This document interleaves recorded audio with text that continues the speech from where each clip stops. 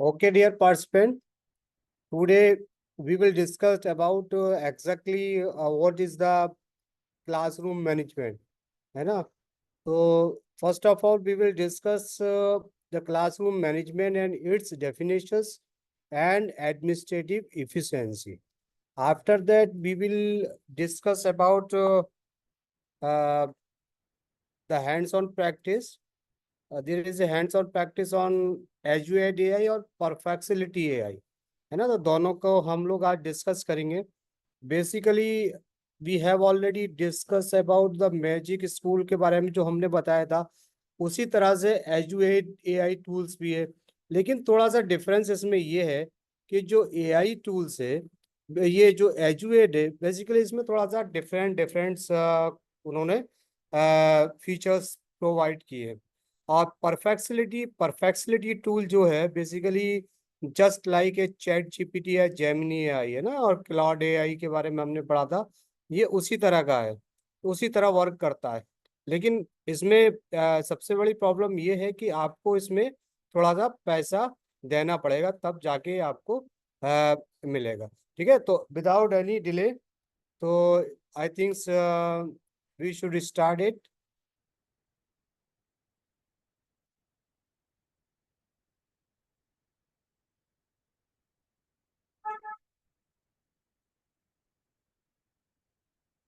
Okay, now move the next slide. ठीक है, तो आज हम लोग डिस्कस करने वाले हैं किसके बारे में? क्लासरूम मैनेजमेंट के बारे में. किस तरह से हम लोग क्लासरूम मैनेजमेंट को हैंडल कर सकते हैं, किस तरह से अपने पोटेंशियल्स को, अपने और अपने टाइम को किस तरह से हम लोग सेव कर सकते हैं. ठीक है ना? तो first of all we will understand exactly what is classroom management, why we need the classroom management, and why the classroom management chapter uh, will be on the syllabus, है ना? जो भी टीचिंग होता है तो सिलेबस में क्यों होता है, क्लासरूम मैनेजमेंट क्या कितना इम्पोर्टेंट है, वो सारी चीजों के बारे में समझते हैं. लेकिन हम ये पहले ये समझ लेते हैं एग्जैक्टली कि क्लासरूम मैनेजमेंट है क्या. ठीक है ना? तो I think most of the people know about the what is the classroom management.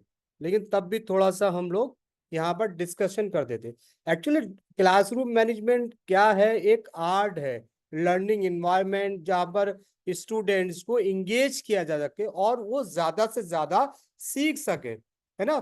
तो ये क्या है? क्लासरूम मैनेजमेंट है. तो क्या है इसमें, क्या क्या कंपोनेंट इंपॉर्टेंट चीज होते हैं? It is a combination of the planning, procedure and technique. जहां पर प्लानिंग, प्रोसीजर और टेक्निक वर्ड का यूज किया गया है, क्योंकि जब भी हम लोग क्लासरूम मैनेजमेंट की बात करते हैं, वहां पर प्लानिंग होना चाहिए, प्रोसीजर होना चाहिए और टेक्निक होना चाहिए, तभी हम किसी भी क्लास को मैनेज कर सकते हैं. ठीक है ना? That it is combination of the planning, procedures and techniques that teachers use the help the student learn effectively. भाई जब आपके पास जब जब आपके पास प्लानिंग होगी, आपके पास प्रोसीजर्स होंगे, आपके पास टेक्निक होगी, तो you can teach more effectively, है ना? तो जब इफेक्टिव क्लासरूम मैनेजमेंट क्या करता है, कैसे हेल्प करता है? वो क्या करता है? Minimize disruptive behaviour.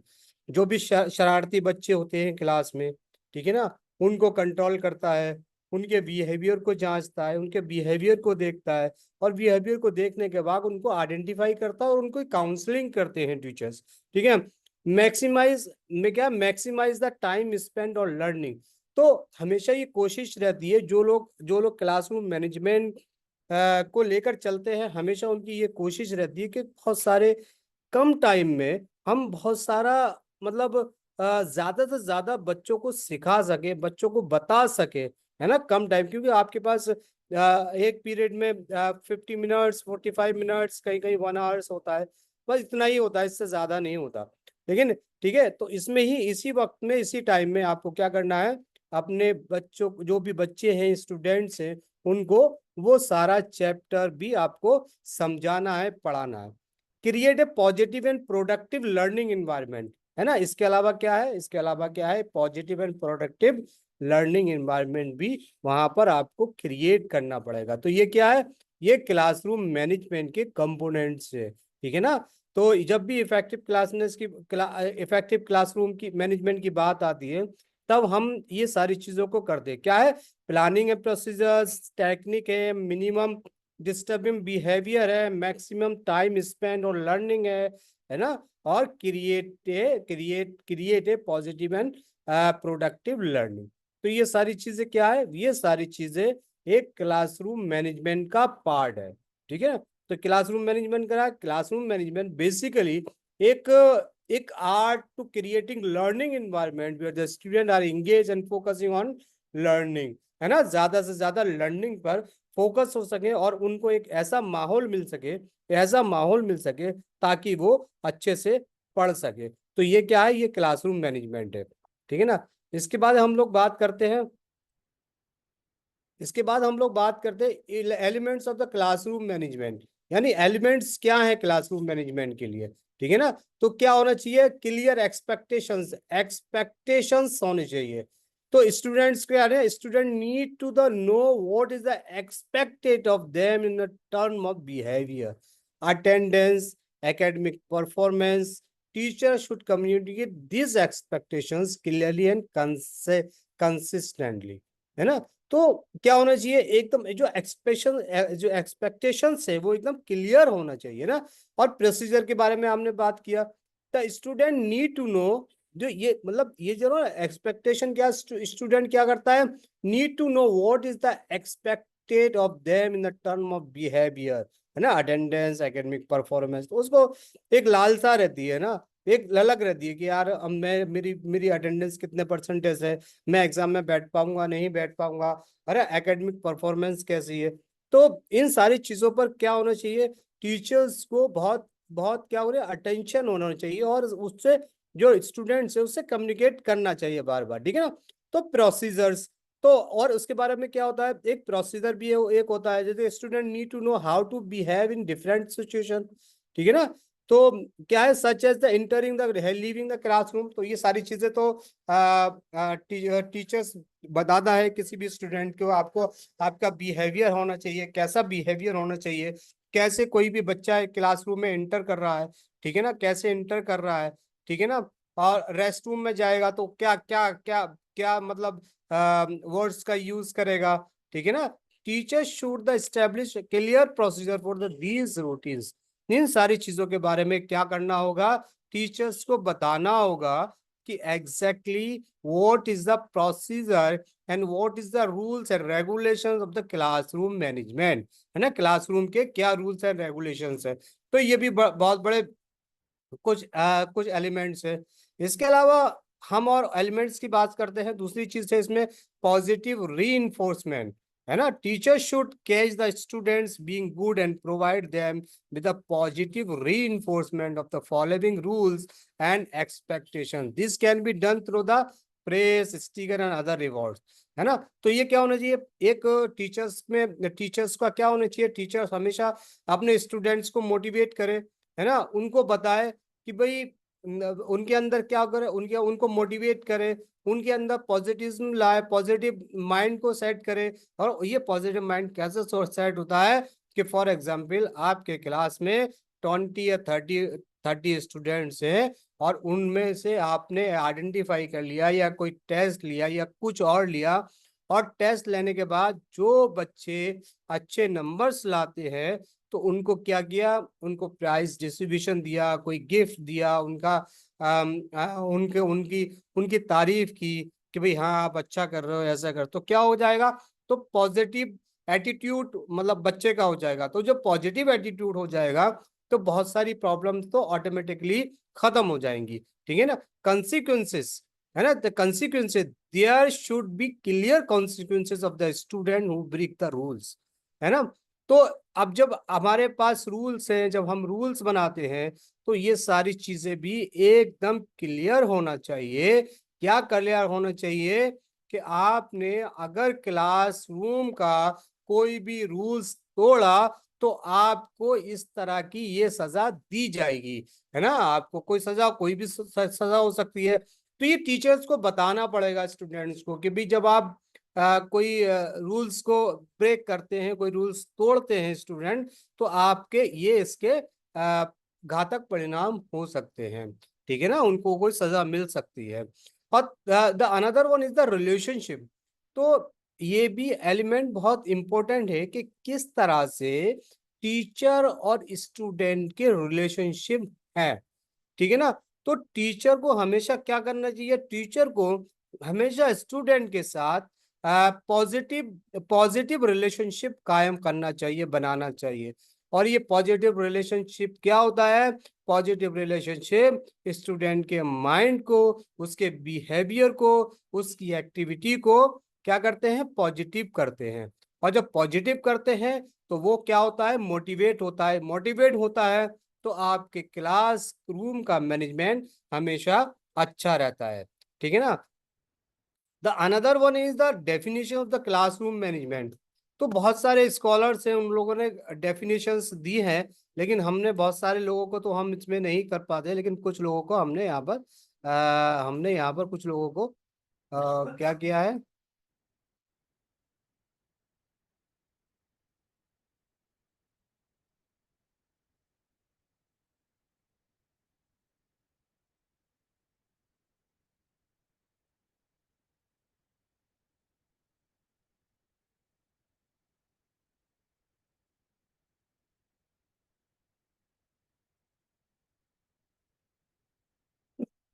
तो अब उन्होंने क्या किया, कुछ डेफिनेशंस हमें यहाँ पर ना, कुछ डेफिनेशंस यहाँ पर दी हैं। और डेफिनेशंस में क्या दिया है, हैमर एंड स्टॉप ने 2001 में डिफाइन किया कि define the classroom management as the deliberate process of the establishing and maintaining the learning environment that minimize disruptions and maximize the time dedicated to the productive learning activity. It is not just about the keeping student quiet. It is about the creating space where the everyone feels safe, respected, and supported to the reach of their full potential. तो उन्होंने कहा कि भाई एक ऐसा environment create करना चाहिए class में जो बहुत हेल्दी इन्वायरमेंट हो, उससे आपके जो स्टूडेंट्स है उनके माइंड में पॉजिटिव थिंकिंग डेवलप हो, ठीक है। ऐसा ना हो कि बस आप बस आपके क्लासरूम का मैनेजमेंट बस चुपचाप करना है, यार चुप हो जाओ, चुप हो जाओ, चुप हो जाओ। तो क्या होना चाहिए, तो वहां पर एक ऐसा इन्वायरमेंट बनाना चाहिए जहाँ से कम मिनिमाइज डिस्ट्रप्शंस हो और maximise the maximise the dedicate of the productive learning activity हो, ठीक है ना। तभी तो क्लासरूम मैनेजमेंट हो सकता है। और डॉक्टर अंजलि घोष ने कहा, कि जो classroom management the art and science of the creating inclusive and culturally responsive learning environment that honors of the unique identity, experience, and voice of all learners. It encompasses of the holistic approach of the teaching and learning characterized by the cultivation of positive relationship, the implementations of the differentiated instructions strategies, promotion of the student agency and empowerment. ठीक है, तो उन्होंने भी यही बात की। उन्होंने भी कहा कि भाई एक हेल्दी रिलेशनशिप होना चाहिए, पॉजिटिव रिलेशनशिप को डेवलप करना चाहिए, लर्निंग ज्यादा से ज्यादा होना चाहिए, हर डिफरेंट अप्रोचेस का हमें यूज करना चाहिए, डिफरेंट मेथड से हमें टीच करना चाहिए, ठीक है। ताकि जब बच्चे को अगर आपके टीचिंग में आपके पढ़ाने में इंटरेस्ट आता है तो वो क्या करेगा, वो बार बार आपके पास आएगा और वो क्या करेगा, और रूल्स एंड रेगुलेशंस को भी फॉलो करेगा। उसके दिमाग में एक डर रहेगा कि अगर मैंने कोई शरारत की, अगर मैंने कुछ मिसबिहेव किया तो टीचर या मैम मुझे क्लास से बाहर कर देंगी, और क्या होगा, और मेरी पढ़ाई का बहुत नुकसान होगा। तो doctor Anjali Ghosh focused on the relationship between the students on teachers, है ना। तो उन्होंने कहा कि जो स्टूडेंट और टीचर्स का रिलेशनशिप होता है वहां पर क्लासरूम मैनेजमेंट बहुत ही ज्यादा प्रभावी होता है, ठीक है ना। तो द अनदर वन इज अब हम एक चीज ये जान लेते हैं कि जो क्लासरूम मैनेजमेंट, अगर हम क्लासरूम मैनेजमेंट करते हैं तो बच्चों पर क्या इम्पैक्ट होता है उस पर, है ना। इम्पैक्ट क्या होता है? तो सबसे पहला इम्पैक्ट होता है कि जब हम क्लासरूम मैनेजमेंट की बात करते हैं और जब क्लासरूम मैनेजमेंट के बारे में डिस्कस करते हैं तो सबसे इम्पोर्टेंट काम होता है एकेडमिक अचीवमेंट। जब क्लासरूम मैनेजमेंट होगा तो बच्चा बहुत डीपर आप सीख सकता है, बहुत कुछ जान सकता है। और सोशल इमोशनल डेवलपमेंट, इसके साथ उसको क्या होगा, उसकी माइंड क्या होगा, a positive and predictable classroom environment foster the student social and emotional wellbeing, है ना। तो क्या होगा, तो वो सोशल भी होगा और इमोशनल भी होगा। Clear expectations and routine create the sense of the security allowing a student to feel comfortable taking the risk and participating the activity, है ना। तो क्या होगा भाई, जब हम मोटिवेट करेंगे किसी भी स्टूडेंट्स को, उससे कहेंगे कि भाई आप इसमें पार्टिसिपेट करो, इसमें ये करो, इसमें वो करो, तो क्या होगा, तो उसका जो सोशल दायरा है, सोशल सिनेरियो है, यानी सोशल जो क्या कहते हैं फील्ड है, वो उसका बढ़ेगा। और जब बढ़ेगा तो बहुत सारी चीजों को सीखेगा, उसका माइंड डेवलप होगा। जब उसका माइंड डेवलप होगा तो जाहिर सी बात है वो क्लासरूम में भी क्या होगा, बहुत अच्छे से बिहेव करेगा। द मोटिवेशन एंगेजमेंट, और क्या है ये मोटिवेशन एंगेजमेंट, जब भी when the disruptions are minimized student can become the more engaged in the learning process, है ना। जैसा भी हमने कहा कि जो भी, जब क्लासरूम में डिस्ट्रप्शंस कम होगा, डिस्टर्ब कम होगा, तो क्या होगा, तो क्या होगा, वहां पर जो जो स्टूडेंट्स हैं वो उस चीज को ज्यादा से ज्यादा लर्न करेंगे, है ना। Effective classroom management foster the love of learning and encourage the student to take ownership of their education। ठीक है, तो क्या होगा, वो उसमें एक मोटिवेशन मिलेगा, उनको मोटिवेशन मिलेगा। जब मोटिवेशन मिलेगा तो वो क्या करेंगे, वो और ज्यादा जाकर अपने आप को इम्प्रूव करेंगे। ठीक है, अपने आप को सीखेंगे, उनकी झिझक कम होगी, उनके अंदर हेजिटेशन रिमूव होगा। जब उनके अंदर हेजिटेशन रिमूव होगा तो वो क्या होगा, तो क्या होगा, तो उस पर स्टूडेंट पर क्लासरूम मैनेजमेंट का बहुत ही अच्छा इम्पैक्ट होगा। ठीक है ना।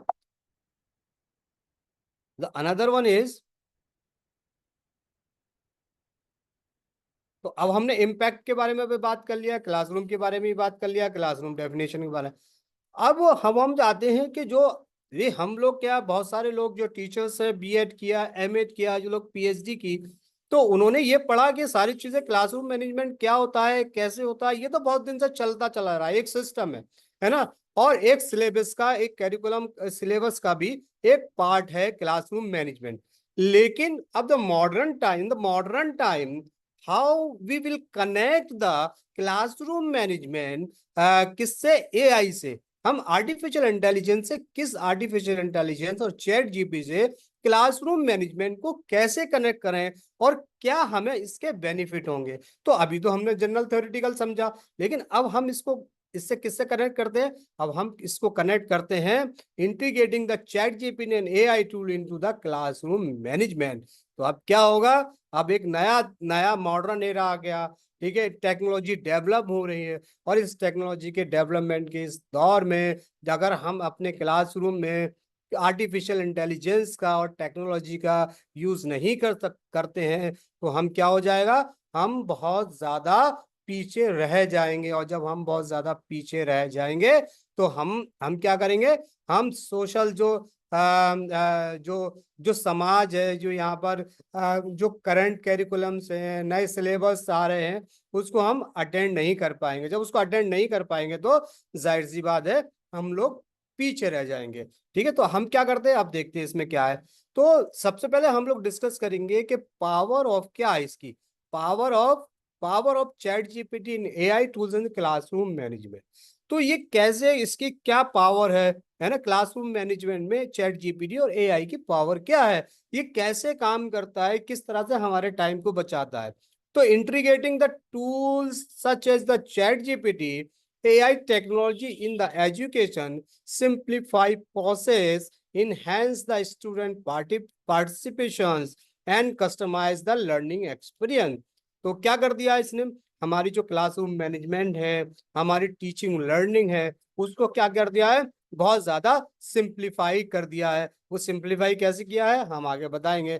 Chat GPT facilitate the immediately feedback in interactive conversations, है ना, आपको इमीडिएटली फीडबैक भी प्रोवाइड करा दिए, इंटरैक्टिव कन्वर्सेशन भी प्रोवाइड करा देती है ना।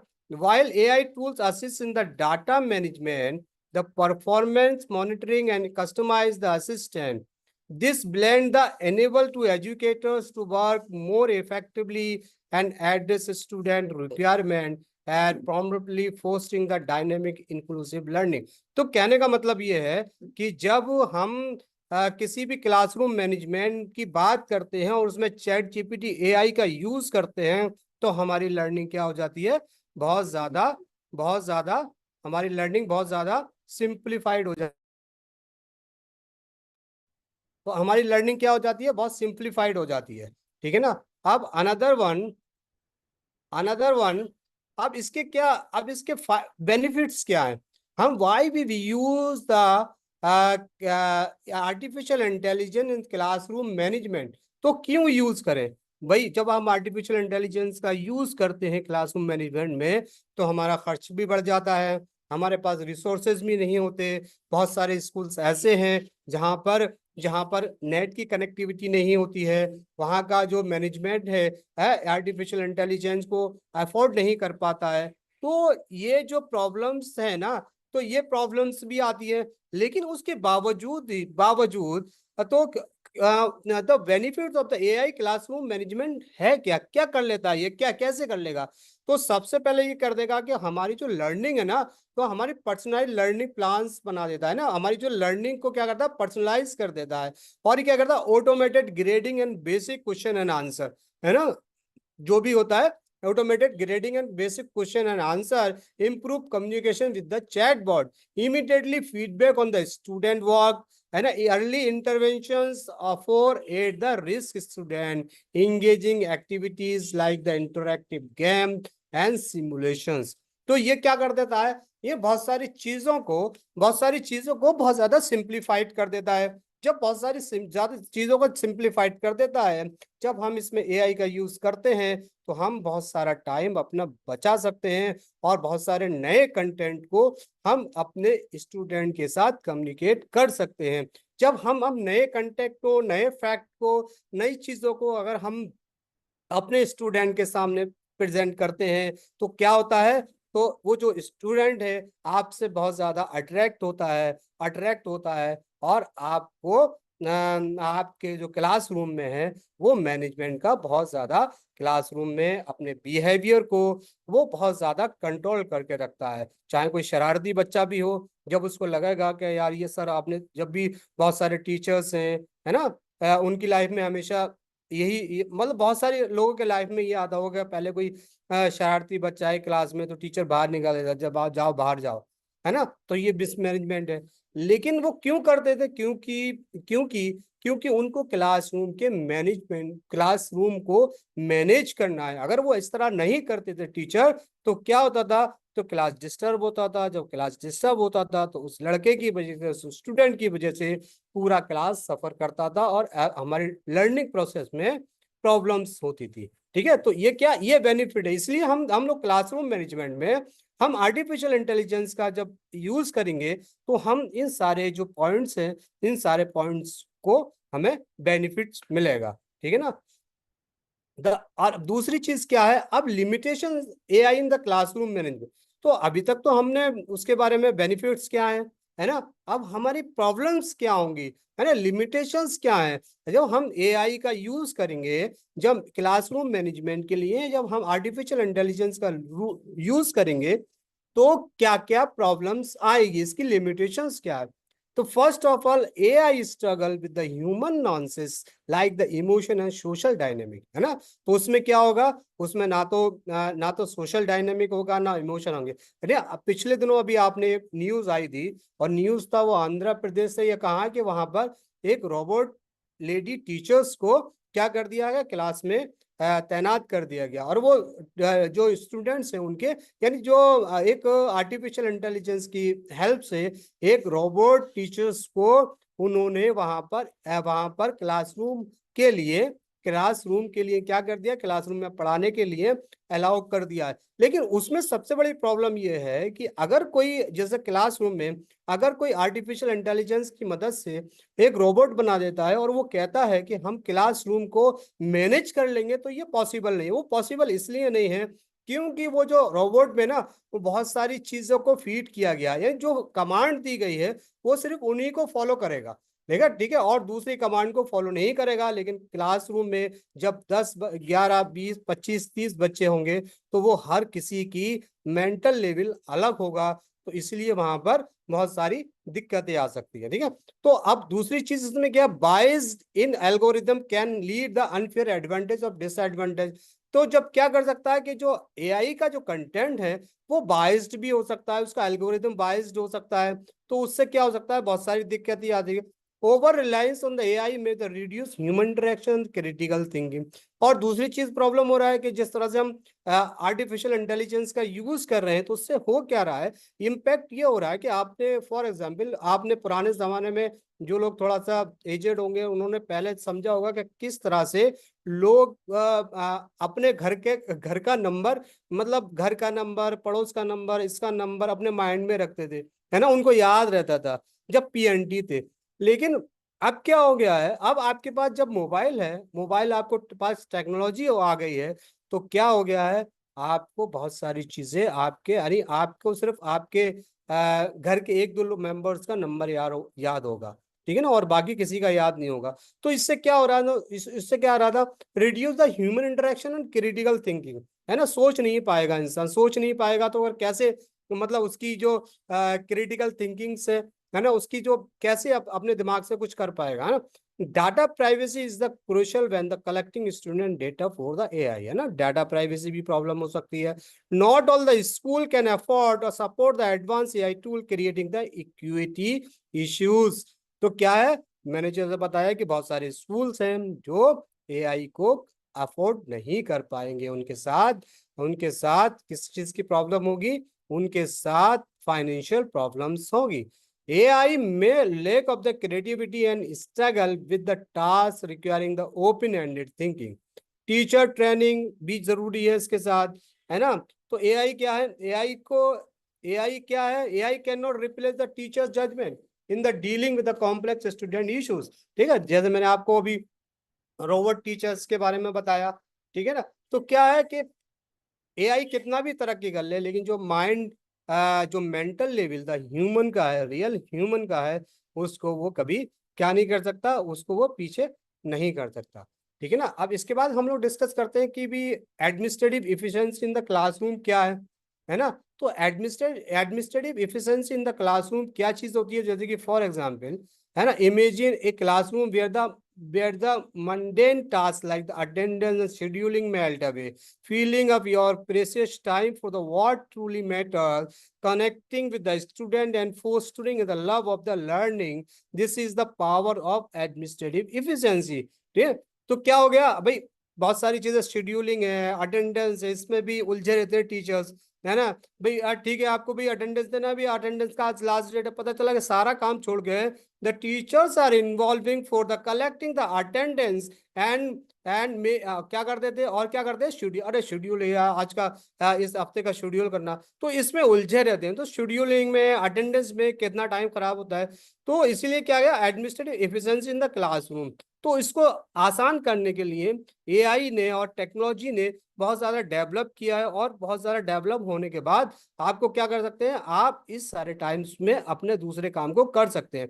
तो ये एडमिनिस्ट्रेटिव एफिशिएंसी है क्या, basically administrative efficiency is all about the streamlining the behind the scenes work of the running a classroom. It is about the finding smarter ways to manage tasks so you can focus on your students, है ना। जो मैंने बताया कि भाई जो भी आपके जो आप टीचर्स हैं, जो क्लासरूम है, क्लासरूम के अलावा जो काम आपके पास है, वो काम वो आपके पास है, वो क्या है, वो क्या कर रहे हैं, वो क्या कर रहे हैं, आपके टाइम को बहुत ज्यादा कंजप्ट कर रहे हैं, है ना, क्या कर रहे हैं, आपके टाइम को बहुत ज्यादा खर्च कर रहे हैं। तो ऐसी कंडीशन में हमारे पास एडमिनिस्ट्रेटिव इफिशिएंसी का वर्ड आता है, जो हमको हमको क्या करता है, हमको बताता है कि हम किस तरह से अपने टाइम को मैनेज करें, अटेंडेंस की प्रॉब्लम को कैसे सॉल्व करें, शेड्यूलिंग की प्रॉब्लम को कैसे सॉल्व करें, ताकि हम अपना टाइम बचा सके। ठीक है ना।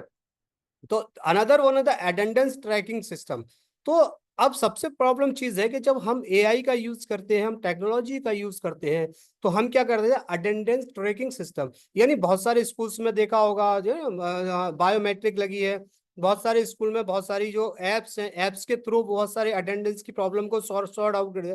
भाई भाई ऐसा स्कूल है जो क्या करता है ना, जो क्या करता है कि फॉर एग्जाम्पल उसके पास इतना पैसा नहीं है, फाइनेंशियल कंडीशन इतनी अच्छी नहीं है कि वो उन सारे बायोमेट्रिक को भी और सारी चीजों को यूज करता। तो हमारे पास क्या है, हमने फाइंड आउट किया है बहुत सारा इजिली। तो हम क्या कर सकते हैं, हम यूटिलाइज द गूगल फॉर्म करके और इम्प्लीमेंट द क्यूआर कोड्स के जरिए हम लोग अटेंडेंस की प्रॉब्लम को सॉल्व करते हैं। और वो कैसे सॉल्व कर सकते हैं, अभी मैं आपको बताऊंगा इसका प्रैक्टिकल करके, ठीक है ना।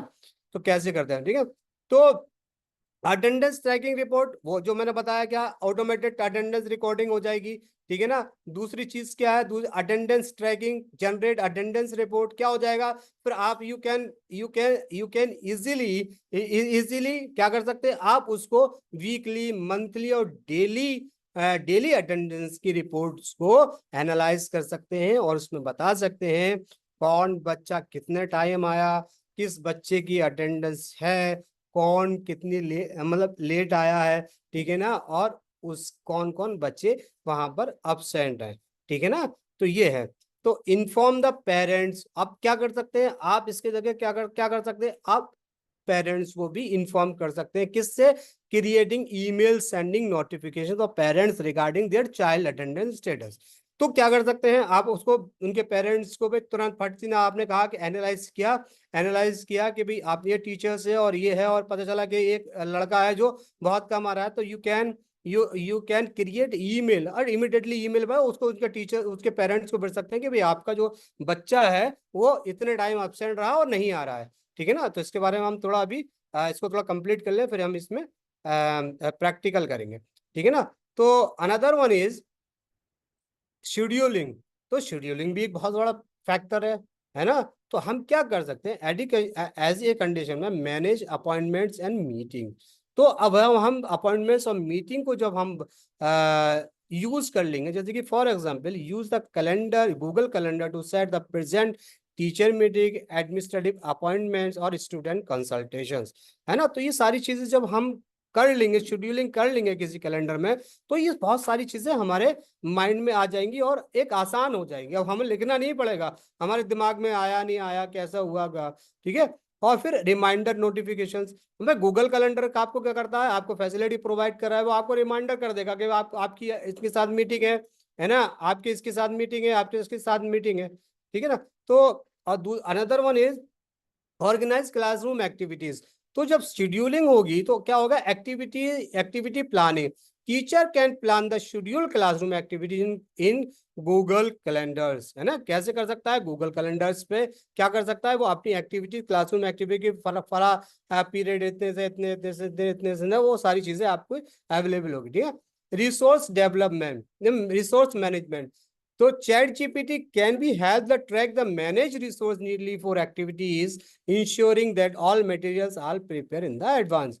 तो क्या हो जाएगा, चैट जीपीटी की वजह से रिसोर्स मैनेजमेंट, जो भी हमारे पास रिसोर्सेज होंगे उसमें से हम लोग क्या कर सकते हैं, हम लोग वो मटेरियल अपने पास इकट्ठा कर सकते हैं, और हम अगले क्लासरूम में उसको क्या कर सकते हैं, पढ़ा सकते हैं, या बच्चों को हम लोग डिस्ट्रीब्यूट कर सकते हैं, ठीक है ना। The another one is the example of commands and prompt, है ना। अटेंडेंस के लिए हम लोग क्या कर सकते, क्या प्रॉम्प्ट यूज कर सकते हैं, शेड्यूलिंग के लिए हम लोग क्या प्रॉम्प्ट यूज कर सकते हैं, वो सारी चीजें बहुत थोड़ा थोड़ा सा ये है, ठीक है ना। तो अब ये सारी चीजें हो गई, लेकिन क्लासरूम मैनेजमेंट के लिए जो टूल्स कौन कौन से यूज हो सकते हैं, चैट जीपीटी यूज हो सकता है, जेमिनी एआई यूज हो सकता है, स्कूल मैजिक एआई यूज हो सकता है, एजू एट एआई यूज हो सकता है, चैट ट्यूब यूज हो सकता है, और परफेक्सिलिटी एआई। ये क्या है, AI tools for the classroom management. ठीक है, तो हम चैट जीपीटी ऑलरेडी डिस्कस कर चुके हैं, जेमिनी एआई ऑलरेडी डिस्कस कर चुके हैं, school magic AI already discuss कर चुके हैं, और चैट ट्यूब एआई ऑलरेडी हम लोग डिस्कस कर। तो अब हमारे पास क्या है, हमारे पास दो हैं, एजुएट एजुएट एआई और परफेक्सिलिटी। तो आज हम एजुएट एआई और परफेक्सिलिटी पर बात करेंगे कि किस तरह से ये क्लासरूम मैनेजमेंट के लिए काम आते हैं। ठीक है ना, तो सबसे पहले हम लोग क्या करते हैं, सबसे पहले हम लोग समझते हैं शेड्यूलिंग, और हम लोग सबसे पहले समझते हैं शेड्यूलिंग कैसे, और अटेंडेंस की जो प्रॉब्लम्स है हम उसको कैसे सॉल्व करते हैं। ठीक है ना।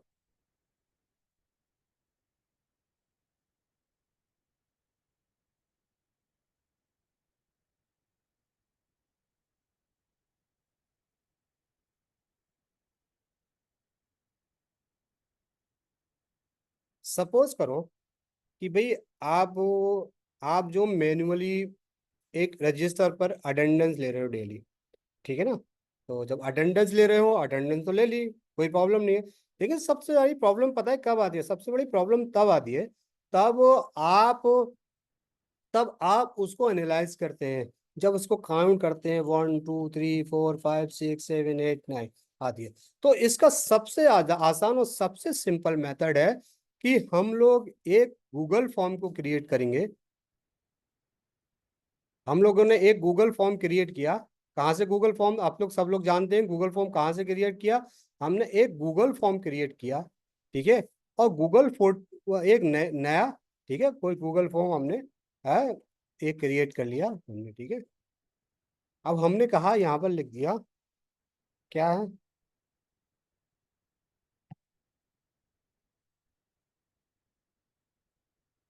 क्लास क्या है।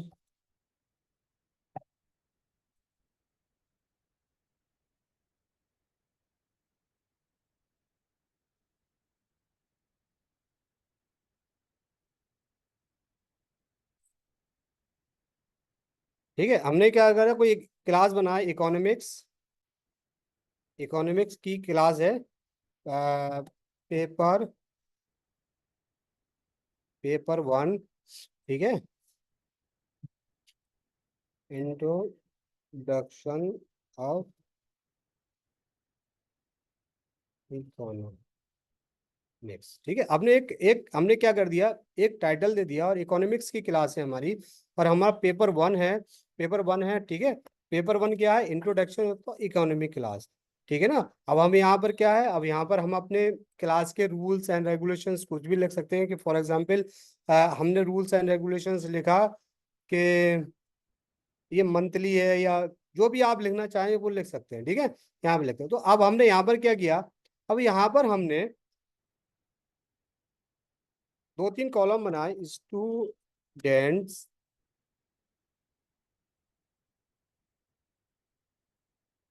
ठीक है, नेम, ठीक है, हमने यहाँ पर करा, और इसको हमने क्या कर दिया, रिक्वायर्ड कर दिया, रिक्वायर्ड मतलब कंपलसरी कर दिया। ठीक है, और फिर हमने यहाँ पर एक दूसरा कॉलम बनाया, उसमें लिख दिया, उसमें हमने क्या दिया, स्टूडेंट नेम लिख दिया। स्टूडेंट नेम की जरूरत होती है हमें अटेंडेंस में। ठीक है ना, क्लास रोल नंबर, या फिर इसमें आप वो जो इनरोलमेंट नंबर होता है, ठीक है, इनरोलमेंट नंबर लिख सकते हैं आप। ठीक है, जो भी होगा वो उसमें होगा। ठीक है ना, इसके बाद एक और हमने बना दिया। अब हमने यहाँ पर बताया कि वो प्रेजेंट है या absent है ना। तो हमने क्या बनाया यहाँ पर, हमने बताया बताया जैसे कि फॉर एग्जांपल किसी ने जब हमने ये गूगल फॉर्म बनाया, गूगल फॉर्म में जैसे हम absent का तो करेंगे नहीं, है ना। अब वो अपने से कहेगा तो नहीं कि absent हूँ, मैं absent हूँ या प्रेजेंट हूँ। ठीक है, तो हम यहाँ पर बना देंगे present.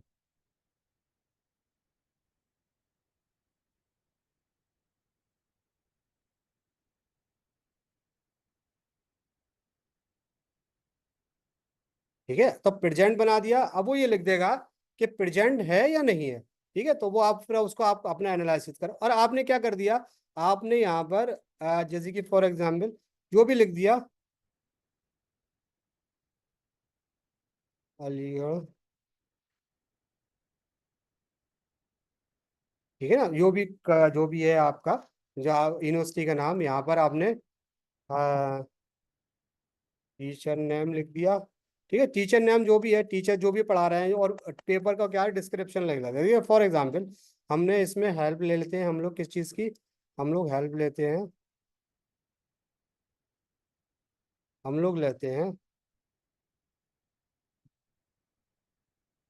Paper one induction of.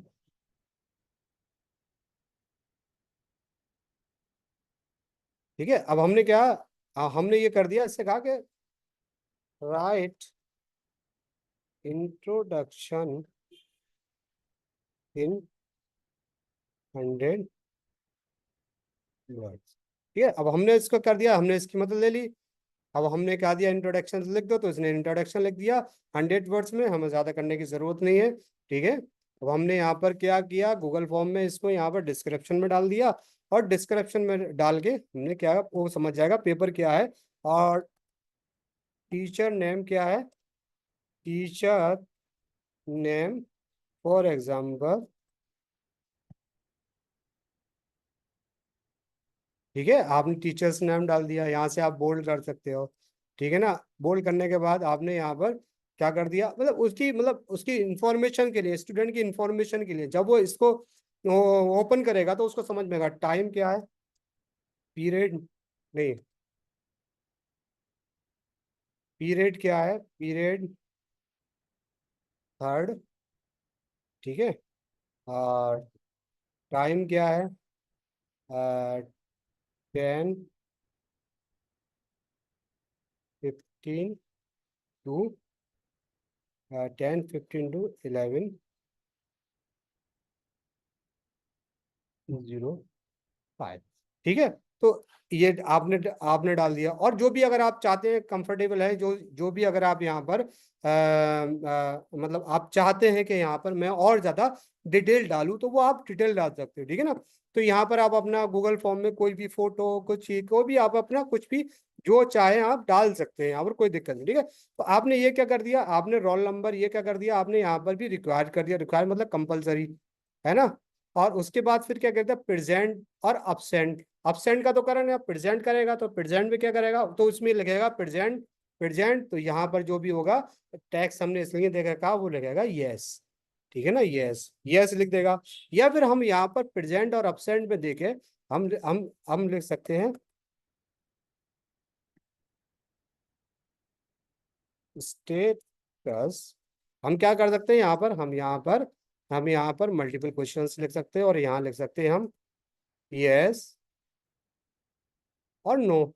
दो हमने एमसीक्यू दे दिए, वो कहेगा ये स्टेटस क्या है, स्टेटस मतलब यहाँ पर आपको देना पड़ेगा स्टेटस क्या है।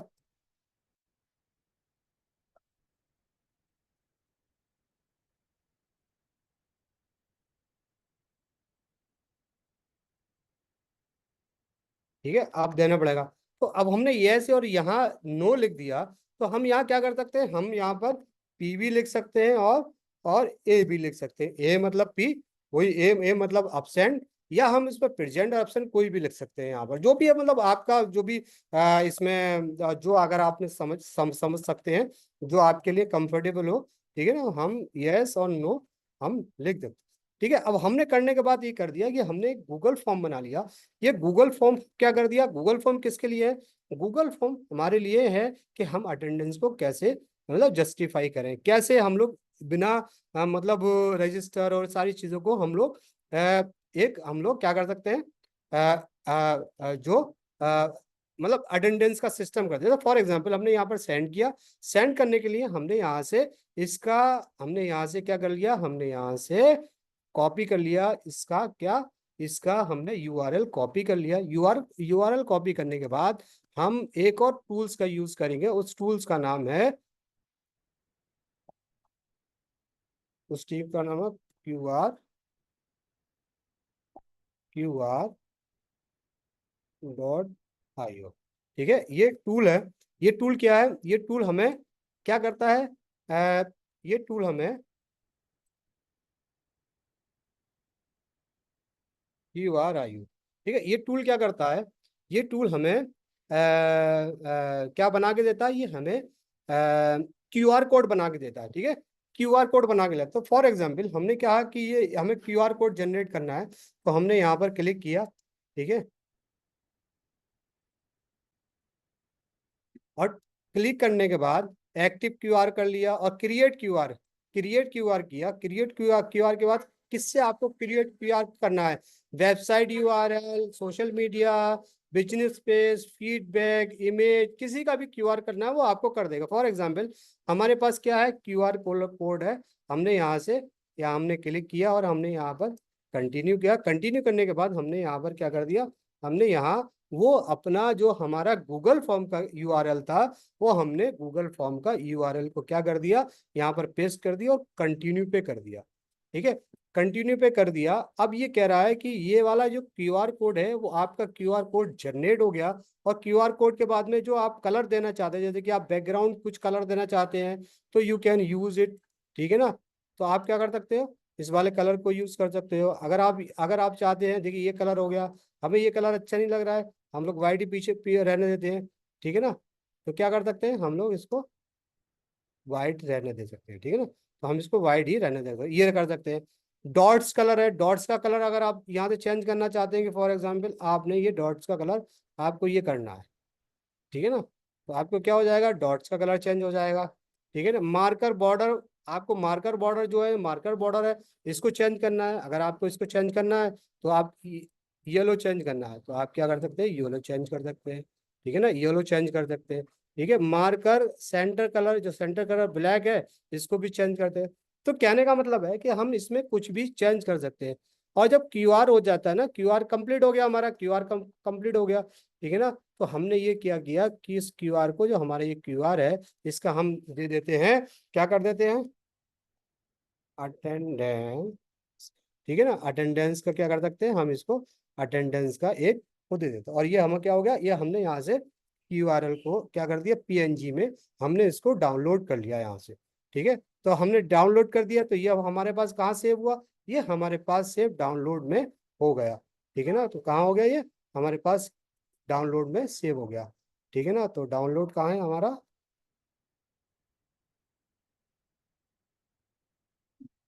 ठीक है ना, हमारा डाउनलोड कहाँ है, हमारा डाउनलोड है यहाँ,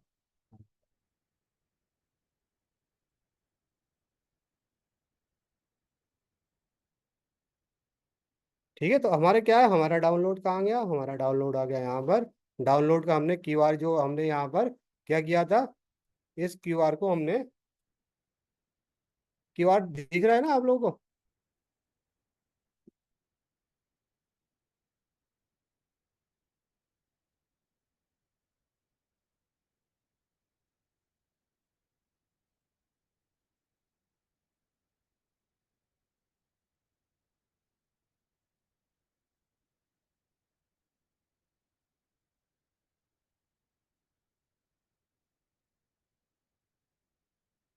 ठीक है। तो क्यूआर कहाँ है, क्यूआर दिख नहीं रहा है ना,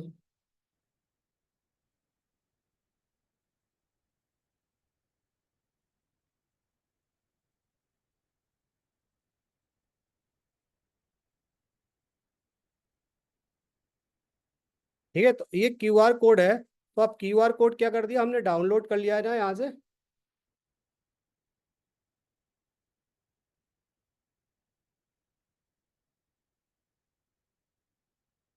ये कहाँ पर है, ये यहाँ पर, ये आ रहा, ये क्यूआर कोड हमने जो किया था वो यहाँ पर ये डाउनलोड हो गया। क्यूआर दिख रहा है ना आपको।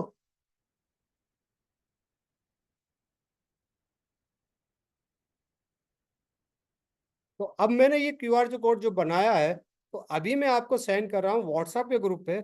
और इसको स्कैन करने के बाद आप ये देखिए किस तरह से ये आपका गूगल काम का काम करता है, तो ठीक है। तो मैंने इसको आपको क्या किया, इस वाले क्यूआर कोड को अब मैंने भेजा है कहाँ पर, sir I was not able to join.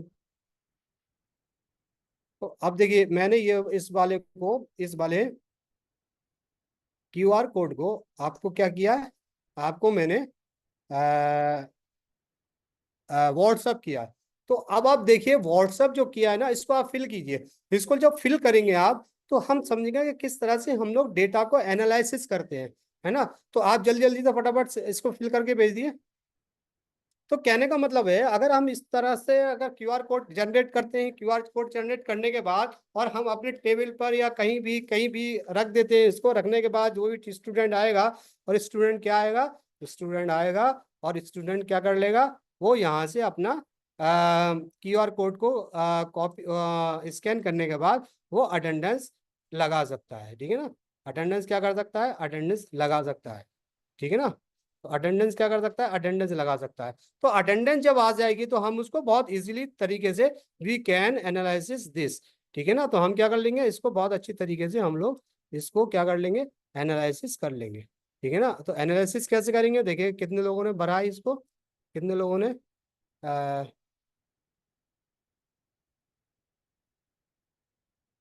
एक का आया। और करिए करिए और आप लोग करिए, क्योंकि इसमें डेटा होगा ज्यादा, तभी हम लोग उसको एनालाइज कर सकते हैं, ठीक है। क्यों, क्योंकि जब हम इसको जब डेटा हमारा जब हमारे पास डेटा आ जाएगा, तो हम इसको एनालाइज कर सकते हैं, एनालाइज कर देंगे, तभी तो हम उसको कर पाएंगे। अदरवाइज हम लोग कैसे कर पाएंगे, ठीक है ना। तो हम लोग समझेंगे नहीं, जब समझेंगे नहीं तो फिर कैसे काम चलेगा, है ना। ठीक है, तो अभी तो क्या आया देखिए, स्टेटस यस, रोल नंबर 1 भेज दिया, टाइप भी आ गया, यहाँ पर टाइम क्या था, ठीक है, टाइम भी आपको पता चल जाएगा। ममता शेयर लिंक इन चैट से, मैम क्यूआर कोड से कर लीजिए, क्यूआर कोड से। अच्छा, तो लिंक भेज देता हूँ मैं वैसे, ठीक है। वैसे हमें लिंक के नहीं, हमें तो क्यूआर कोड से ही भेजना है, कि लिंक इसलिए भेज देता हूँ आपको, ठीक है, क्योंकि हमें क्यूआर कोड से ही करना है ना। क्यूआर कोड से कंफर्टेबल होगा, लिंक से इतना कंफर्टेबल नहीं होगा, आप कर नहीं पाएंगे। ठीक है, तो मैं आपको क्या कर देता हूँ यहाँ पर चैट में, मैं आपको इसका लिंक भी भेज देता हूँ, ठीक है ना। लिंक कर दिया है मैंने, लिंक भी आप देख लिए, ठीक है। करिए करिए, जल्दी करिए, टाइम हो रहा है, फिर हम लोग एक ही ने भरा है, ठीक है। तो इस तरह से हम लोग क्या कर सकते हैं, इस तरह से हम लोग जब तक आप डेटा नहीं आएगा तो हम लोग एनालिसिस नहीं कर पाएंगे। इसको एनालिसिस कैसे करेंगे जब डेटा ही नहीं है हमारे पास। चलो एक और आया,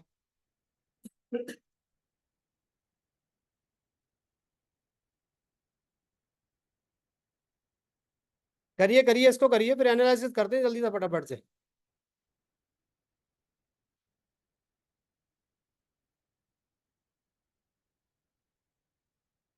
ठीक है, तो आप लोग दीजिए, फिर हम इस पे एनालिसिस करते हैं। तो ये तो हमारा ये हो गया कि हम लोग अटेंडेंस को, और मतलब बिना किसी ज्यादा खर्च के, अब गूगल फॉर्म का यूज करके हम किस तरह से अटेंडेंस को एनालाइज कर सकते हैं। और अटेंडेंस के लिए हम गूगल फॉर्म के जरिए और एक क्यूआर कोड करने के जरिए हम लोग बहुत बहुत इजी मेथड्स में इसका यूज कर सकते हैं, ठीक है ना।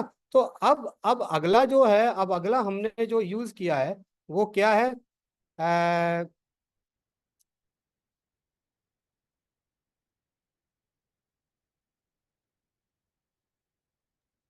सर मेरा रिस्पॉन्स आया। क्या नाम है मैम आपका। सर शालिनी राणा। शाली राणा, एक मिनट देखता हूँ। शाली राणा का आया है, ओके। ठीक है। करिए करिए, आप लोग करिए, मैं फिर उसको एनालाइज करते हैं, देखिए किस तरह से एनालिसिस हो सकता है, क्या हो सकता है, ठीक है ना।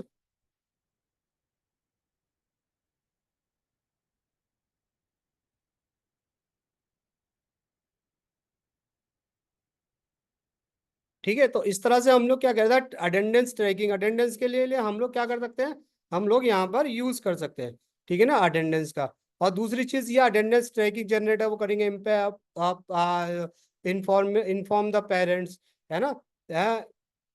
फॉर एग्जाम्पल, कोई भी जो थे हमने पिछली बार बताया था, है ना।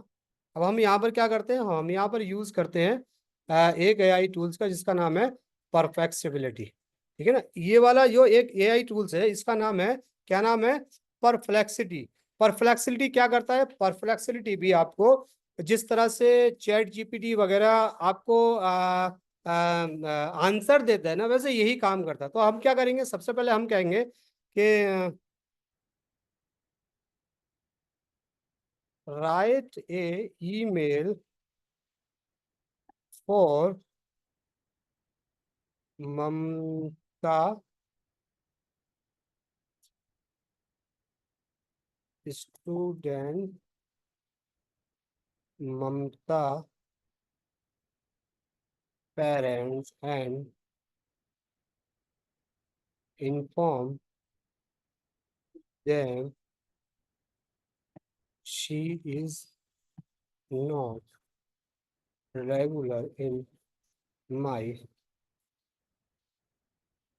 regular regular in my class.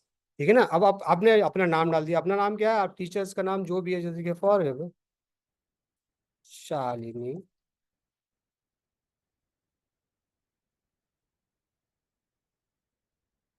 ठीक है, अरे ये वैसे एग्जाम्पल दे रहा हूँ, कोई आप इसको ये अदरवाइज मत लीजिएगा। ठीक है ना? तो आपने एक ईमेल लिख दिया। एक ईमेल क्या लिख दिया? Concern about the Mumtaz attendance in the classroom. ठीक है ना? आप क्लासरूम की जो अटेंडेंस है वो कैसे आप जस्टिफाई करेंगे? वो आप उससे जस्टिफाई करेंगे जो आपके पास गूगल शीट में डेटा होगा। ठीक है ना? गूगल शीट में डेटा होगा। गूगल शीट में डेटा कितने लोगों का आया है? गूगल शीट में मतलब 3 लोगों का डेटा आया है। ठीक है ना? तो 3 लोगों से क्या एनालाइज कर देंगे कर, लेकिन कहाँ बता देंगे आपको भी एनालिसिस का। बट ये भी आपके पास फॉर्म भी नहीं भर पा रहे हो यार, आप लोग हद कर दी। कितने 10 लोग हैं? 10 लोगों में तो बताइए 10 लोगों में 3 लोगों का आया है ना? तो ये क्या कर सकते हैं, ये एक ईमेल क्रिएट कर दिया, और ईमेल क्रिएट करने के बाद आपने क्या किया, यहाँ से आपको इसके जरिए क्या कर दें आप, यहाँ से रीराइट कर सकते हैं, शेयर कर सकते हैं, लिंक शेयर कर सकते हैं, और इसको क्या करते हैं, रिपोर्ट कर सकते हैं, या फिर क्या क्या कर सकते हैं, इसको आप यू कैन कॉपी इट। ठीक है ना? क्या कर सकते हैं, ये आप इसको कॉपी भी कर सकते हैं। ठीक है ना? और कॉपी करने के बाद आप देखो ये, dear Mumtaz parents, I of this email find you well, I am writing to bring your the attention the concern I have regarding the Mumtaz attendance in my class. Unfortunately, she has been the missing class regularly when which is the affecting her academic performance overall the learning experience. As her teacher, it is my responsibility to ensure that the each student receive the necessary support and guidance to the succeed. ठीक है, तो पूरा क्या कर दिया उन्होंने, ये ChatGPT से डिफरेंट नहीं, डिफरेंट ही है बहुत सारी चीज इसमें जो है, मतलब आप चैट जीपीटी से डिफरेंट है, लेकिन थोड़ा सा इसमें ये है कि ना आपको ये थोड़ा सा पैसों वाला है, ये पैसा लेगा ये आपसे। ठीक है ना? तो आप क्या कर सकते हैं, आप यहाँ से इसको क्या कर सकते हैं, इसका लिंक भी कर सकते हैं। लिंक के बाद आप क्या कर सकते हैं, आप यहाँ से इसको इसको क्या कर सकते हैं, इसको कॉपी कर सकते हैं।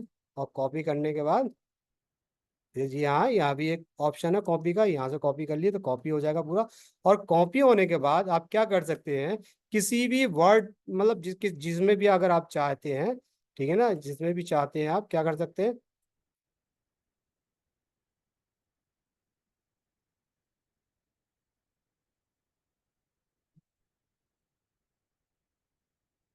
चलो वो वो करना पड़ेगा मुझे शेयर।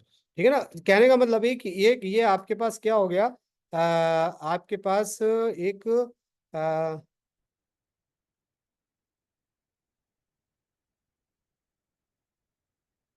ठीक है, आपके पास एक ईमेल हो गया और अपने टीचर्स को भेज सकते हैं। ठीक है ना? अब हमने ये क्या, हमने हमने कहा कि 3 लोगों ने हमारे पास क्या भेजा, एक अटेंडेंस का वो भेजा कि हमारे पास ये अटेंडेंस है। ठीक है, कंट्रोल C, हमने कहा कि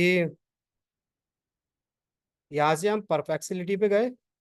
ठीक है ना? और हमने यहाँ पर क्या किया, एक नया नया वो कर दिया, और हमने यहाँ पर ये कर दिया, और हमने हमने इससे पूछा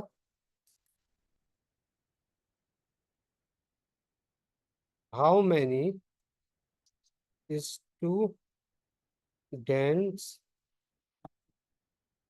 present in class, please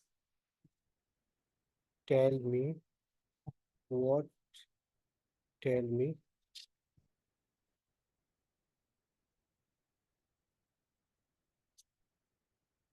ठीक है ना।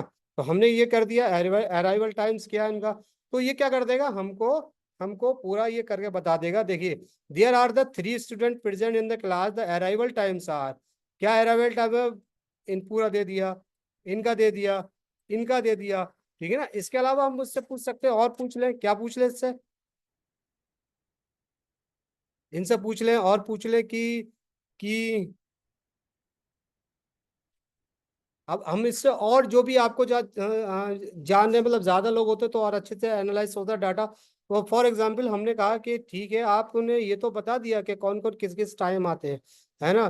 तो और इसके अलावा क्या क्या था, प्रेजेंट था, अराइवल था, है, और क्या है इसमें। ठीक है, और हमने पूछा इससे कि बता दिए।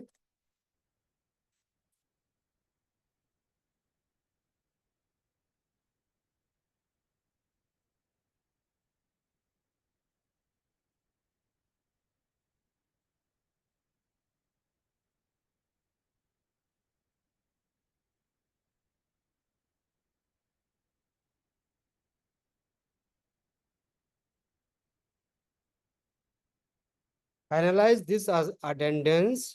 ठीक है, एनालाइज दिस, तो वो क्या कर देगा, आपको जो भी अटेंडेंस होगी उसको आपको एनालिसिस करके बता देगा। ठीक है। Set up analyze the for attendance, access attendance analyze modules from the home screen एविलेट। ठीक है ना। Show the attendance separately require, define the code. तो हमें क्या करना है, हम इससे ये पूछना है कि can you tell me how to analysis.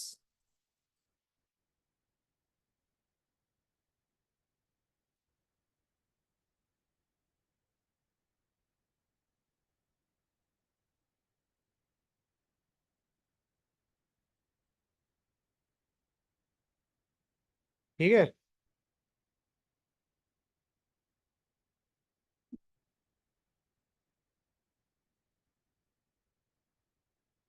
ठीक है, तो वो सारी चीजें आपको क्या कर देगा, आपको बता देगा। लेकिन आपके पास क्या होना चाहिए, उसमें डेटा होना चाहिए। जब तक डेटा नहीं होगा तो वो आपको किस 2-3 लोगों में कुछ नहीं बता देगा। बस ये बता देगा आपकी इसकी प्रेजेंट क्या है, इसकी प्रेजेंट क्या है, इसकी प्रेजेंट क्या है।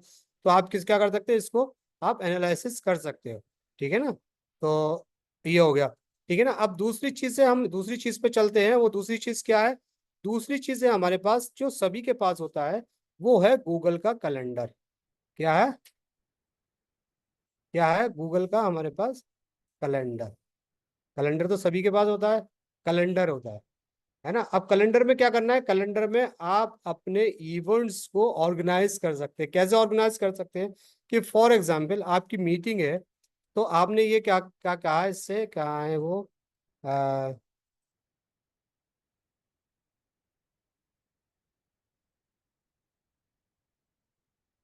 आपने इससे कहा,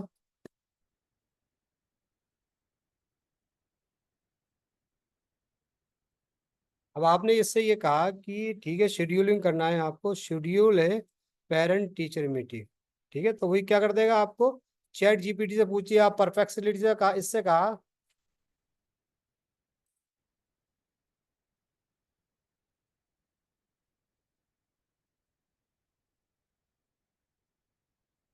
can you schedule a parent teacher meet with mister Samita on Monday 2 PM। ठीक है, तो ये लिख के बता देगा आप, I I can schedule the parent and teacher meeting. ठीक है, ठीक है।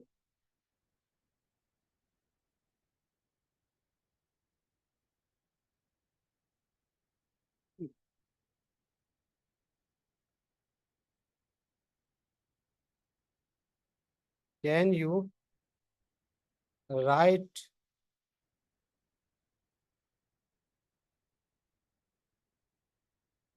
Content of scheduling parent teacher meeting. ठीक है, तो उसने क्या कर दिया, एक कंटेंट लिख दिया, यहाँ पर कंटेंट लिख लिया, डेट मंडे, ये वो पूरा। हमने क्या किया था, इस वाले कंटेंट को हमें कुछ नहीं करता है, कुछ नहीं करना है। यहाँ से कॉपी किया, कॉपी किया, कॉपी करने के बाद हम यहाँ पर कहाँ पहुंच गए, हमने यहाँ पर हमने यहाँ पर जो भी कैलेंडर है,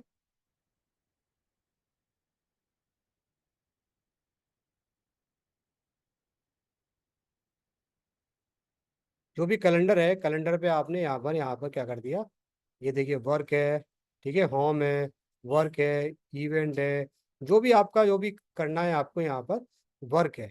वर्क है आपने क्या कर दिया, यानी कि 13 में कब है, ये आपने इवेंट यहाँ पर क्रिएट कर दिया, इवेंट क्या कर दिया यहाँ पर आपने पेस्ट कर दिया, और पेस्ट करने के बाद आपने इंटर मार दिया, तो ये क्या हो गया, आपकी मीटिंग शेड्यूल होगी। इसी तरह से आप जो भी शेड्यूल करना चाहते हैं, जो मीटिंग शेड्यूल करना चाहते हैं, वो आप किसके जरिए, आप गूगल कैलेंडर के जरिए आप कर सकते हैं। और इससे क्या होगा, आपको जब भी इसकी जरूरत होगी ना, तो वो आराम से आपकी आपके सामने आ जाएगा, ठीक है, आपके सामने आ जाएगा, और you can use this calendar, है ना, कैलेंडर होगा भी आपके मोबाइल पे है, सब पर है। तो आप क्या होगा, आपको याद रहेगा, आपके दिमाग में रहेगा कि आज मुझे फला मीटिंग है, आज मेरी फला मीटिंग है, आज मैं इससे मीटिंग करना है, आज मुझे इससे मीटिंग करना है, ठीक है ना। तो इस तरह से हम लोग क्या कर सकते हैं, ठीक है। तो दूसरी चीज है, reminder me about the teachers meeting tomorrow, इसके बारे में रिमाइंड करा देगा, जो भी करना है। Add a math test calendar next time, है ना, वो भी आपको कर देगा कि भाई जब आपने ये सारे प्रॉम्प्ट कर देना है, ये सारे प्रॉम्प्ट उसमें डाल देना, जो भी आपको है ना, कहने का मतलब ये कि गूगल गूगल जो कैलेंडर है, आप उसका भी इस्तेमाल कर सकते हैं। You can use the calendar, calendar क्या कर सकते हैं, आप उसका इस्तेमाल कर सकते हैं, ठीक है ना।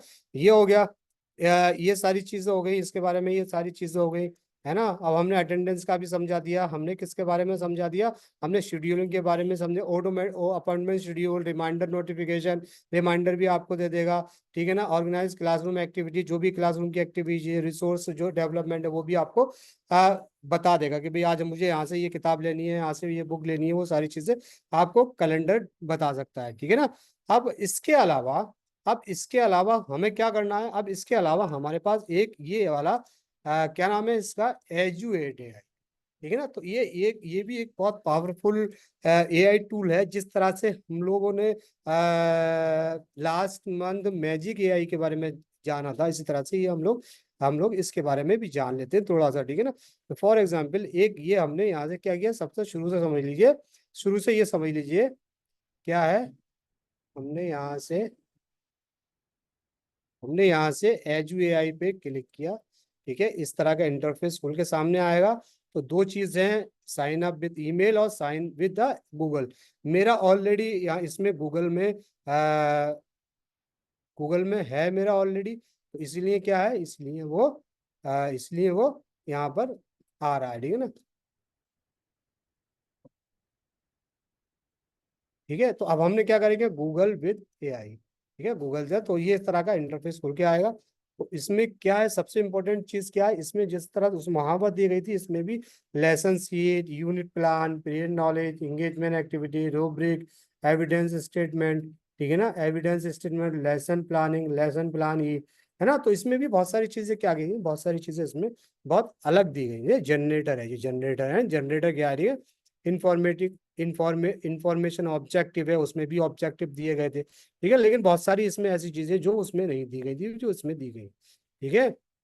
अब इसमें क्या, स्लाइड आउटलाइन, ठीक है, स्लाइड आउटलाइन, जैसे हमने वहां पर स्लाइड आउटलाइन नहीं था, हम यह कर सकते हैं, एक हम अपना प्रेजेंटेशन बना सकते हैं। कैसे बना, फॉर एग्जाम्पल हमने कहा, क्या कहा हमने, कैन यू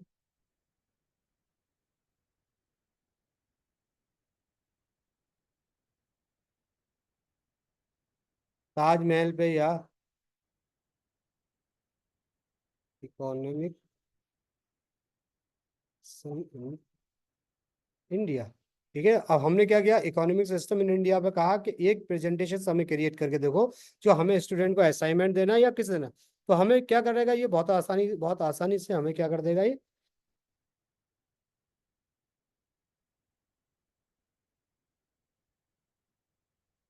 तो हमने क्या किया, इनहेंस किया, इनहेंस करके मतलब ये हमको ये प्रॉम्प्ट क्रिएट करके दे देगा, ठीक है ना। इनहेंस करने के बाद क्या कर दिया, अब हमें इसने क्या कर दिया,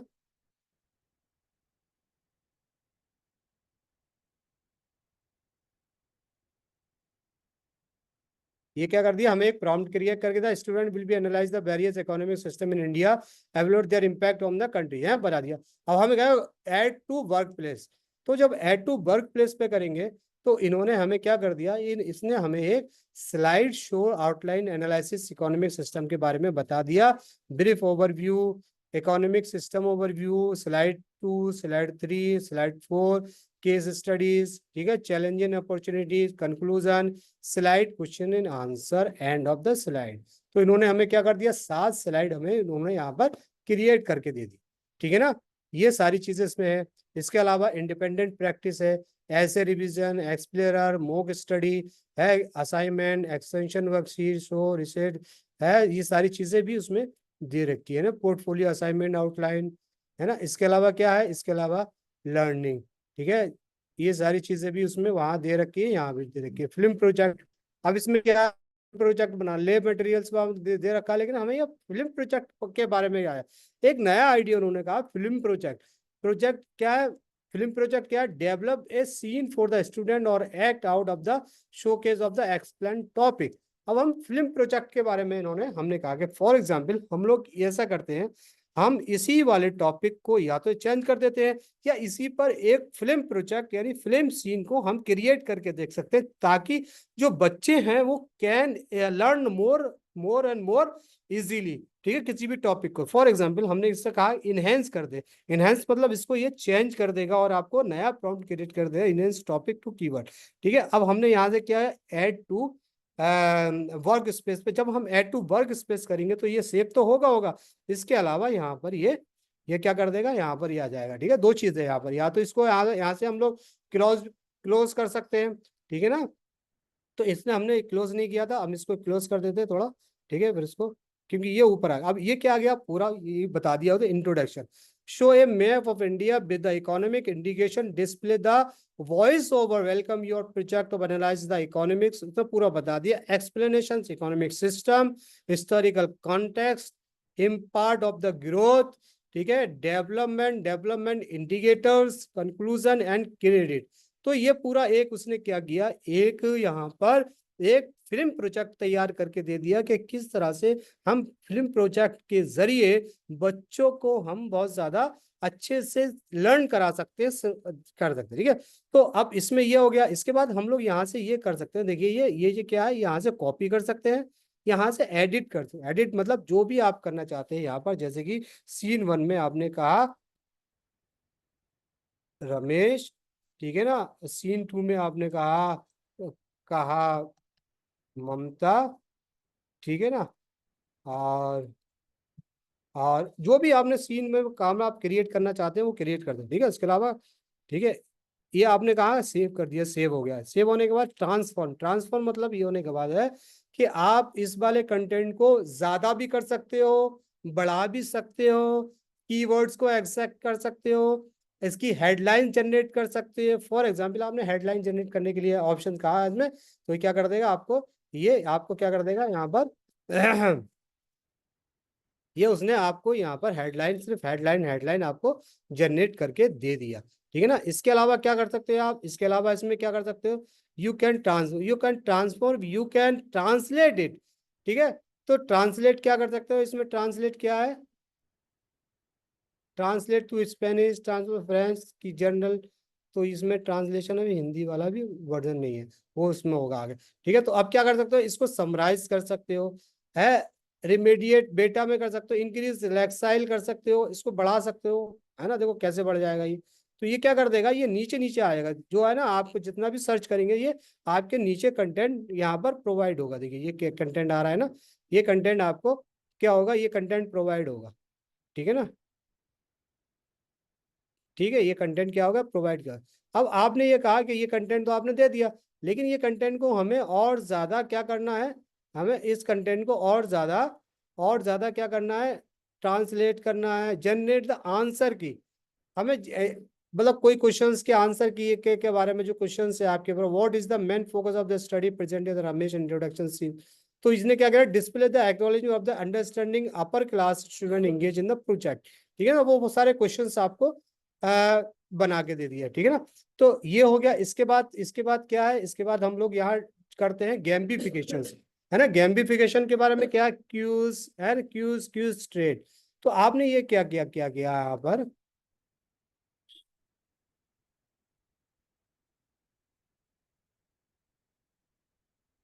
अब यहाँ पर क्या है, गेमिफिकेशन है।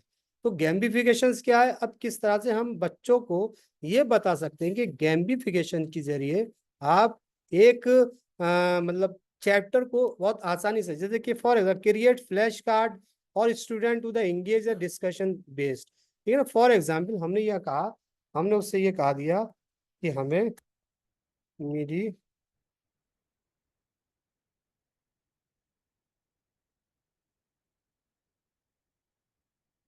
या फिर हमने उससे ताजमहल के बारे में कह दिया। ताजमहल बस हमने करा इनहेंस किया, ठीक है।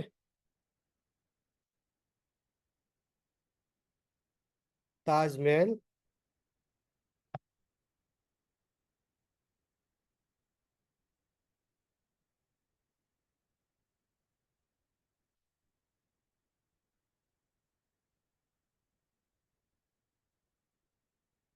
ठीक है, हमने ताजमहल के बारे में कहा, उससे कहा इनहेंस कर दो। इनहेंस मतलब ये आपको, students will be analyse the architecture features of the historical significance of Taj Mahal in India, ठीक है। तो हमने इससे कहा कि ठीक है, यहाँ से हमने ये इसको क्या किया, हमारे पास जो ऑलरेडी कंटेंट है इसको हमने यहाँ से डिलीट कर दिया। ये सारा कंटेंट ऑलरेडी आपका सेव हो रहा है, ठीक है ना।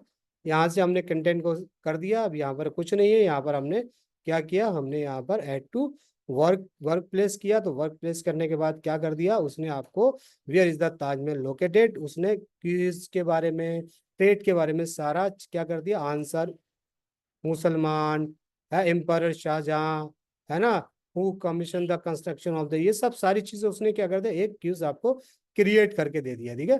फ्लैश कार्ड, जैसे हमने उसमें फ्लैश कार्ड के बारे में, ठीक है। वर्ड स्पीच, आप वर्ड स्पीच है, word speech classic puzzles and games, तो आपने इसी को कहा और इसी से कहा कि हमें इसी से हमें क्या कर दो, आप वर्ड स्पीच का गेमिफिकेशन करके दे दो। तो इससे क्या कर दिया उसने, word search puzzle Taj Mahal vocabulary, ठीक है ना। अब क्या है vocabulary definition, Taj Mahal, Islamic architecture, marble, disclaim, teacher increase, ये सारा क्या है वर्ड स्क्रेच के बारे में, क्लासिक पजल स्टाइल गेम, ठीक है ना। अब ये क्या, take a student to the learning adventure, ठीक है। तो ये क्या क्विज बेस्ड, क्विज बेस्ड क्या कर दिया, इसको हमने क्या कर दिया, इसको हमने ऐसे किया और कुछ नहीं करना है हमें, ठीक है ना। अब हमें क्या कर दिया, introduction of the Taj Mahal, learning content activities, ये लर्निंग कंटेंट एक्टिविटीज पूरा उन्हें architecture feature Taj Mahal, the Taj Mahal is the non for the an intricated architecture features including the white marble dome structure, minarets and interacted the carving of the employ, वो सारी चीजें हमें उसने provide कर दी, ठीक है ना। अब दूसरी चीज में अब हमने कहा कि उस गेमिफिकेशन तो बहुत इंपॉर्टेंट चीज होती है, तो इसलिए हमने set the condition of the student for the navigate the rooms, engage the content specific conversation, ठीक है। फोर कॉर्नर्स का गेम हमने किया, तो फोर कॉर्नर्स का गेम क्या कर देगा आपको, ये फॉर इसी टॉपिक पे आपको फोर कॉर्नर्स के गेम को आपको, ठीक है, escape rooms, time bound immersive adventure, ठीक है। तो ये क्या कर देगा आपको कैटेगरी, वो भी आपका कोई भी, ये फोर क्या है 1 2 3 से पूरा आपने सैंपल क्वेश्चंस ये पूरा आपको बता के दे दिया, ठीक है ना, ठीक है ना, है ना। इसमें आप इसने एक आपको बता दिया कि आप टैक्सोनॉमी इसका सॉल्व कर सकते हैं, डिस्कशन प्रॉम्प्ट्स और फिल द ब्लैंक भी कर सकते हैं, ठीक है।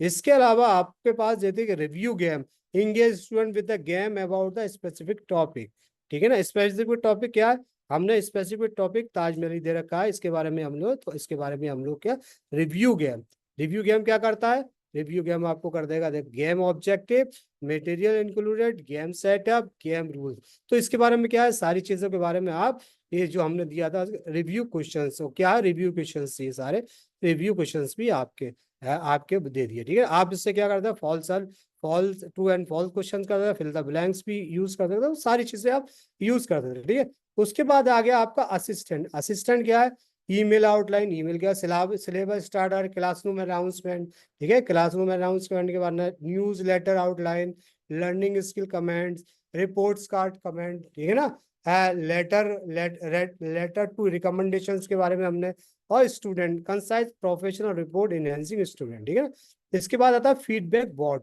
फीडबैक बोर्ड क्या है कि फॉर एग्जांपल यदि हमने फीडबैक के बारे में जो बात कर रहे हैं, फॉर एग्जांपल हमारा assignment for the feedback, assignment है कोई हमारे पास, है ना, जैसे कि हमने कोई भी असाइनमेंट हमने यहाँ से क्या कर दिया, हमने एक एक जो है ना हमारे पास, ये जो चैट जीपीटी की तरह ही है, ये भी चैट जीपीटी की तरह। जैसे देखिए फॉर एग्जांपल हमने यहाँ क्या कर दिया, अब ये क्या कह रहा है, अब ये कह रहा है कि हमें यहाँ पर जो यूज करने के लिए आपको पैसे देना पड़ेगा। ठीक है ना, तो कोई ठीक है नहीं है, हम पैसे नहीं देंगे इसको। हम पैसे क्यों नहीं देंगे, क्योंकि हमारे पास बहुत सारे टूल्स हैं। हम इस टूल से ये कहते हैं, चैट जीपीटी से ये कहते हैं क्या क्या क्या राइट ए, राइट ए ऐसे टू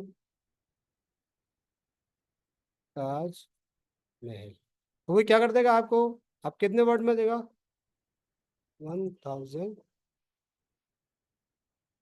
वर्ड्स, 1000। अच्छा, हम इसमें या तो परफेक्सिबिलिटी ले चैट जीपीटी, किसी से भी ले सकते हैं, कोई दिक्कत नहीं है। ठीक है, हमने चैट जीपीटी से लिया, और चैट जीपीटी ने क्या कर दिया, चैट जीपीटी ने हमें यहाँ पर एक ऐसे राइट करके दे दिया।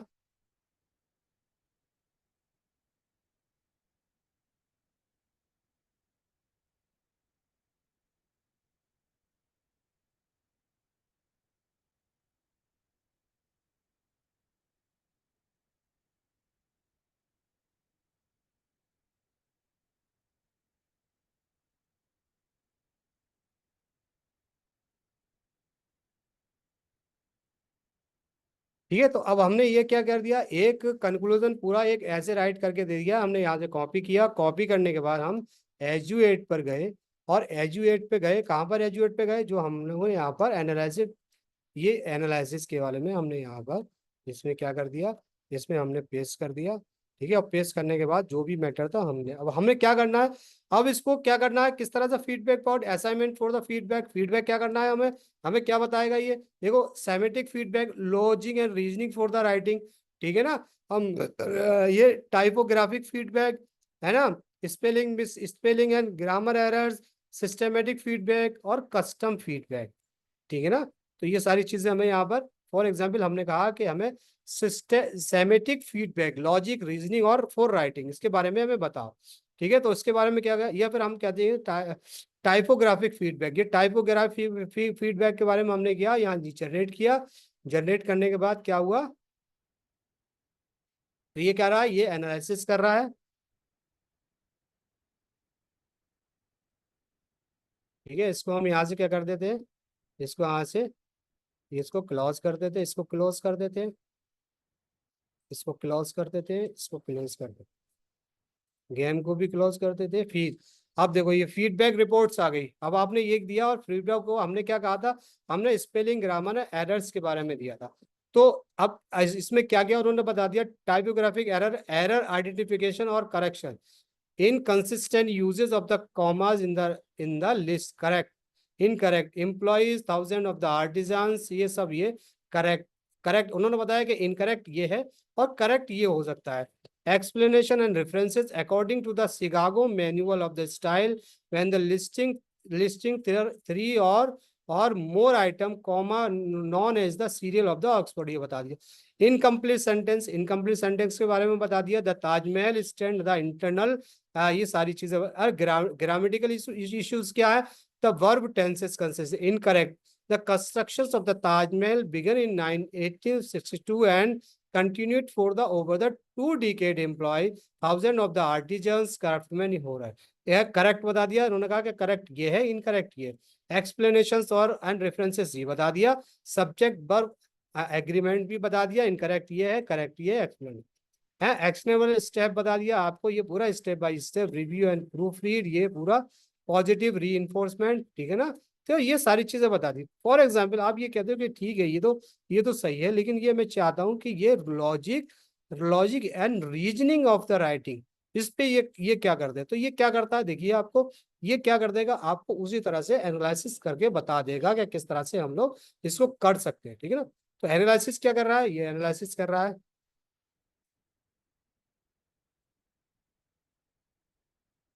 In depth feedback.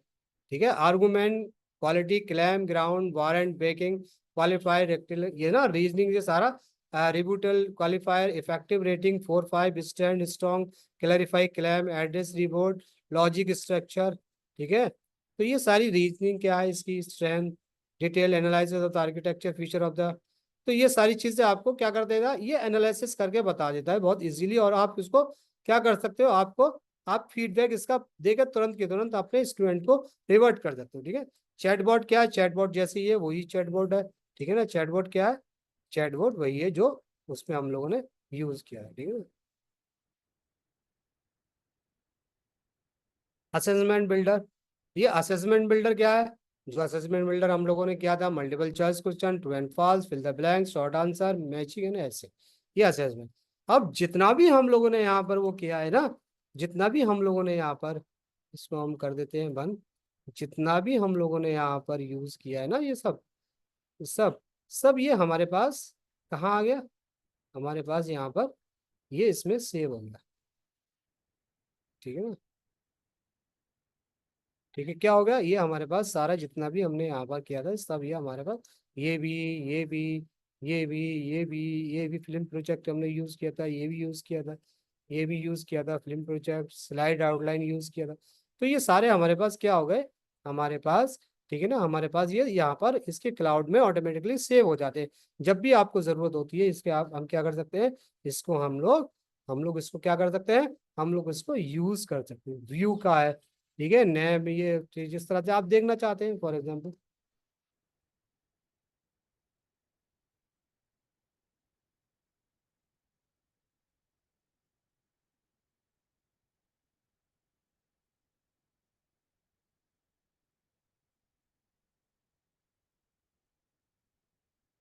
ठीक है, तो ये सारी चीजें हम लोग क्या कर सकते हैं, यहाँ से किया, load load the work place, make a copy है, ये सारी load to the work place. तो ये कह रहा है वर्क प्लेस पे लोड हो जाएगी, ठीक है ना। इसके बाद अगर हमने आपने आपको कहना है कि ठीक है, इसका हमें क्या करनी है, इसका हमें मेक ए कॉपी, तो ये आपकी कॉपी हो जाएगी, वहां पर आपको क्या हो जाएगी, वहां पर आप इसको यूज करते हो, यहाँ से आप डिलीट कर सकते हैं, ठीक है। यहाँ से क्या कर सकते हैं, यू कैन डिलीट, जो भी आप चाहे यहाँ से डिलीट कर सकते हैं, ठीक है ना। यहाँ से डिलीट कर सकते हैं, तो क्या ये हिस्ट्री है, ठीक है ना। तो यही सारी चीज थी। और अगर if you have the any questions, the today session is finish here, and it, है ना। You have any problem, you can ask the questions.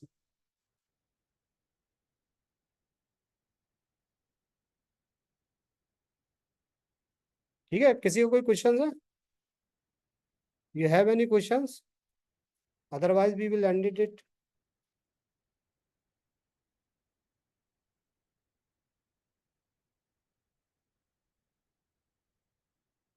समझ आ रहा है ना आप लोगों के? सब क्वेश्चन समझ गए ना आप लोग? कोई क्वेश्चंस किसी का? जी सर, जी sir, no sir, no sir. Mamta Deshwal, yes. हाँ Mamta, you have any doubt? Mamta, No, sir, no doubt.